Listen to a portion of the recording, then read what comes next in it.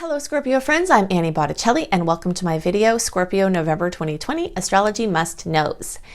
This month is all about Scorpio. We've got the Sun and Mercury and Venus moving through Scorpio, and whenever that happens, it brings a lot of intensity to your experience because each of those planets will move over your Scorpio placement or placements if you have more than one, and will add intensity, add energy, and this can be for better or worse. We never really know how, when these planets get together, what their potentials are going to be.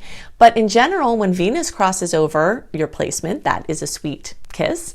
Very often when the Sun goes there, it can bring life and vitality. And when Mercury comes, it often brings very important news. So if you haven't already started having major news come in October, the odds of that happening are going to increase. People calling, opportunities coming, you hearing about something that affects you. Those type of things are going to definitely increase because of several strands of transits that we have going on. Now, this month is a month that we have been waiting for a really long time because this is the month that the Personal Planet Retrograde spree ends. Okay, so this inward and backward, going back over everything like an earthworm, going through soil over and over again thing that 2020 has been, this hibernation shell of stagnation for many people, that cracks open this month. This month is really different at the beginning than it is at the end. So that's something else to know. Mercury goes direct on November 3rd. Unfortunately for Election Day, that is not going to bode well as far as trying to have clarity and ease in whatever goes on there. But it's important for you to know that that first week, because Mercury is going direct, it can bring more confusion or changes to things. It's not a time to try to hold tight and fast to any idea or plan or anything because things are going to start spiraling out in a very major way. I'm calling the progression of the beginning of November to the end of December like the difference between Southern living. Those of you who are familiar with living in the South, I spend most of my time in the South of the United States. And there's this, a mentality of like taking your time and enjoying life and not hurrying that in certain towns more than others, of course. We have a lot of areas in Florida where I am that are definitely not very much like that. But, where it's like taking pleasure in the simple things. This quarantine experience has been very much an example, if you have embodied it in a positive way, of not hurrying, having extra time, this sort of Southern lifestyle that's so beautiful and patient and present.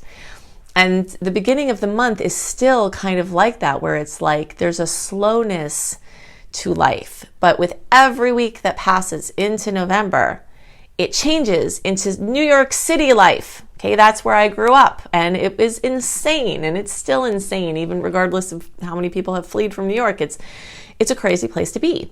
And that frenetic energy of busy and busyness and harriedness, that's going to start to take over as the month progresses. So I want you to know about that so you don't have, like a shock when all of a sudden there's dizzying change and dizzying momentum increases, because that's exactly what's going to happen for multiple reasons. First of all, Mercury is going direct.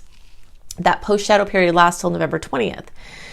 So it takes a little time for Mercury to regulate, but that's happening throughout the month. Mars goes direct in the middle of November on the 14th.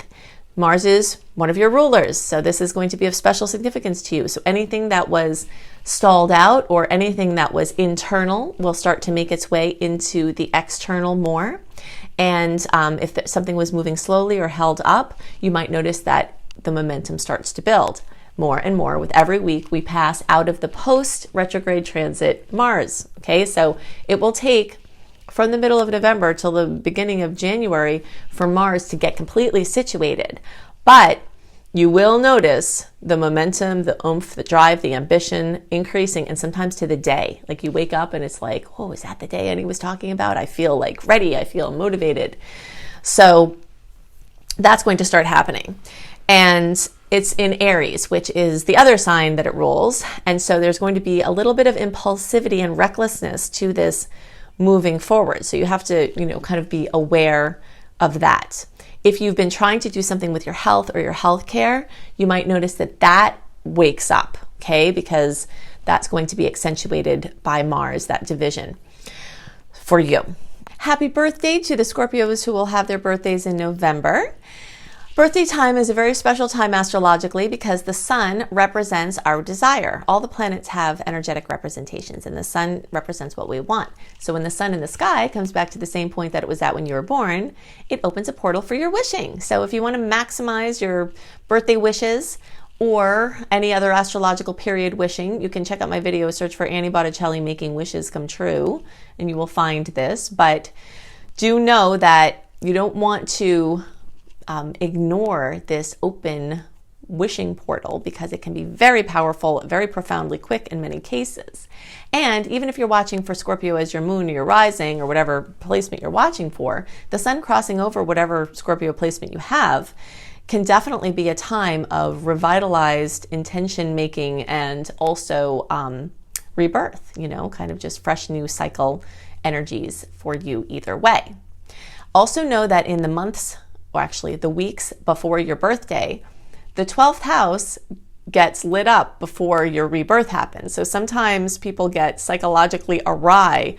Old issues come up in the weeks before your birthday because it's purposeful. The universe wants to awaken you to the things that are issues so that you can figure out what you don't want, so that you can figure out what you do want, so that you can do your wishing with your birthday time when it comes. Okay, so just know if you tend to feel uncomfortable before your birthday, any kind of inner work you do, work on your psyche, hypnosis, you know, EMD, NLP, EMDR, those kind of things are all especially potent to help you use that alchemical time rather than just kind of, you know, being stressed or falling into the abyss until the sun crosses over your magical point. Okay, so let's see what else. Something else that's really, really important to talk about is this Jupiter-Pluto progression, okay? When Jupiter and Pluto get together in the sky, this is a rare event because the planets take a long time to move, and so they don't come together in the sky very often. The last time before this year that this happened was around 2008 when the subprime market, you know, lending market just crumbled out and it threw a cascade of chaos into the financial markets. So, and that was only like one pass of Jupiter and Pluto. This year, we've had 3 passes of Jupiter and Pluto. And we really, really feel that. If you haven't watched my video on how these epic outer astrological aspects are the triggers for the coronavirus and the breakdown of the systems and all the things that are going on, then you definitely want to search for Annie Botticelli coronavirus and watch my video because it is so extensive. I can't get into all of it here, but suffice to say, Jupiter and Pluto combining on April 4th, on December 30th, or not December, I'm sorry, June 30th and November 12th. So April 4th, June 30th, November 12th. And if you notice, there were key things that happened around that time. The world shut down at that first Jupiter-Pluto time, like very close to there. And then, you know, things started to open up, but we've had other waves like at the end of June, okay? And now here in November, hopefully it's like a conclusion to this leg of that journey. Of course, coronavirus and the systems breaking down doesn't end then.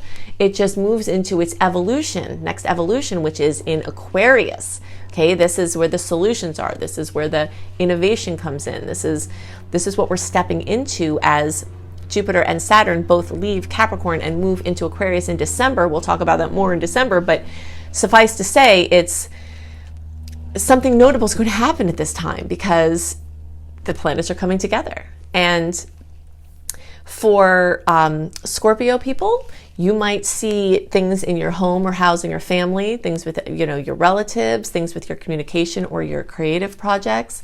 Also be extra special, careful driving or being mobile because the 3rd house of travel and mobility is affected. And when we have a boom like this, very positive things can happen, but also, you know, accidents and incidents can come from the extra vibration and the chaos that is surrounding the intensity of the combination of the planets. So some of you towards the later part of the signs, so we're talking about like November 11th through the rest of the sign or 20 to 29 degrees, you might also see this extra boom, for better or worse, in your financial sector. So any financial strife that has come to you this year is planting the seed for your future stability, even if it doesn't feel like that, especially if you can learn the lessons of why it happened. Okay, so But for some of you, you might have seen things that you had been working on start to gel.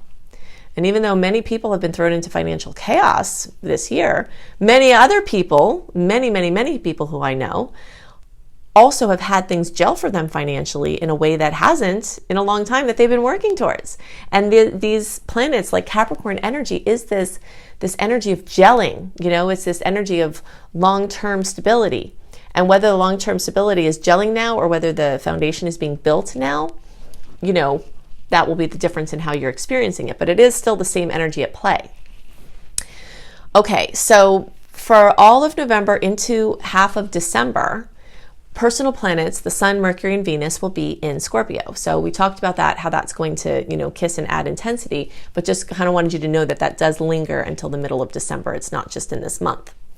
As the planets move into Sagittarius, it's going to change everything, okay, from this introspective, emotional focus, into kind of this brighter, dizzying, scattered, more optimistic, more open series of energies. So if things have felt kind of heavy, these energies can help to make it softer, and also this is going to be part of this building of momentum. If you have to plan a very important launch, a big decision, a move, contracts, things like that, the energy starts to open up for that more as the month progresses and into December. Now, as I say that, do know that we do have 2 eclipses, and that's another thing that the last thing we have to talk about. But Neptune is going direct on the 26th. So as Mercury, then Mars, then Neptune go direct, clarity will start to come in. All right. So if you have to make a decision earlier in the month, you might not have the clarity, you might not have the oomph, but those will develop hopefully very quickly.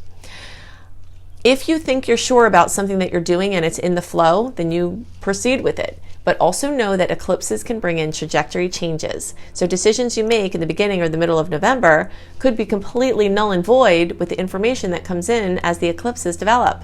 So the eclipse on November 30th at 8 degrees of Gemini and the eclipse on December 14th at 23 degrees of Sag can bring in something completely unexpected as a different option that you weren't even considering. Okay, so just kind of feel into whether it makes sense. Like if you have been intuitively feeling like it's not time to make a decision yet, you might be knowing that there's more information coming that could change what you're going to do. Okay, so let's talk about where that eclipse energy is going to be for Scorpio. So either way, no matter where you are in the Scorpio spectrum, your relationship sector is being affected. And this is a lunar eclipse. So an ending to a relationship or an ending to a chapter or, something notable happening in a relationship. So it could be something as simple as you get engaged and now your relationship as a non-engaged person has gone and you're in a new engaged relationship, or you get married, or, and the time like away from the retrogrades is much better for marriages and engagements and things like that. So, moving towards the end of November and December, all of December and the beginning of January, the planets are really starting to have momentum and to be more open. But some people are going to have to say goodbye to people they don't want to, with these eclipses, especially for Scorpios, because they're going to fall into the relationship sector. In order to really see how, all of the ways that this can affect you, I've created an eclipse series based on how I've seen through doing thousands of readings over almost 2 decades, how I've seen these eclipses tend to manifest.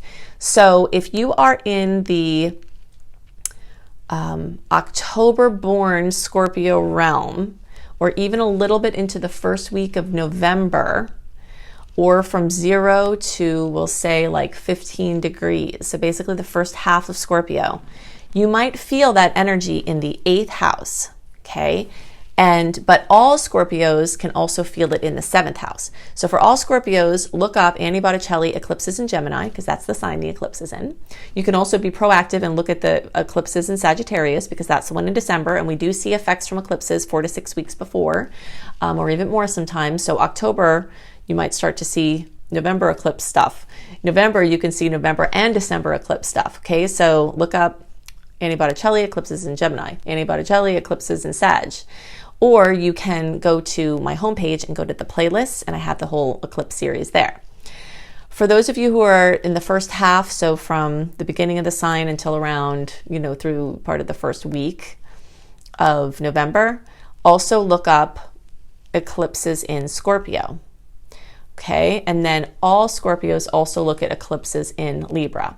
And this will give you, all of these potentials will give you insight into the more specific ways that these energies might manifest for you personally. Now, if you'd like to have more information about how this month may progress for you, what it will look like to navigate through this from the astrological perspective, you can get a write-up of my sweet and salty date list, all the aspects, when they're going to happen, what they are, what you can expect from them, along with the general write-up of the month, delivered to your inbox 1 month early when you sign up for my free newsletter at anniehelpsyou.com. All of the links I'm about to give you are also in the notes underneath the video. If you click on the More button or the arrow, it will reveal these notes. At anniehelpsyou.com, when you sign up for my free email newsletter, you also get my 28-day virtual coaching program for free called Shine. And that is quite comprehensive, and you can access that from the welcome letter from my newsletter sign up. If you want to have written horoscopes by me that are super simple, much shorter and written and streamlined compared to the details that I go into in the videos, you can go to cozybysweetstarlight.com. Those are also up a month early. I also have Astrology Kissed lifestyle blogs that I think you will love, and it's just a beautiful site, so definitely check that out. If you'd like to take some free classes, you can go to my school, Luminous Life Multiversity, and check out my free courses, including one called Unleash Your Money Magnets. I also have paid courses. You'll notice that most of the work that I do is free, but I do have some paid courses that keep everything flowing so that I can keep doing all this free stuff. And included in there is my course called Becoming a Professional Astrologer Mastery Course. Whether you want to do it professionally full-time, or whether you want to incorporate it into your current work, or whether you want to do astrology just to learn for yourself and your family and your self-development, my course will help you, and it is crazy comprehensive. So you can see that all of that, the free courses and this course, at lumelife.com, L-U-M-E life.com. The last thing that I have to tell you is that the very much awaited launch of my book, Planetology, How to Align with the Natural Rhythms of the Universe, is going to be in the beginning of December. And it seems that Amazon has a pretty insanely discounted price for pre-ordering. I'm not sure why they're doing that, but if you pre-order it, you'll have it sent to you as soon as it's officially out in the first week of December. So you can see that on Amazon. You can order it through any bookseller. I hope you have a wonderful month, and I'll see you next month. Bye.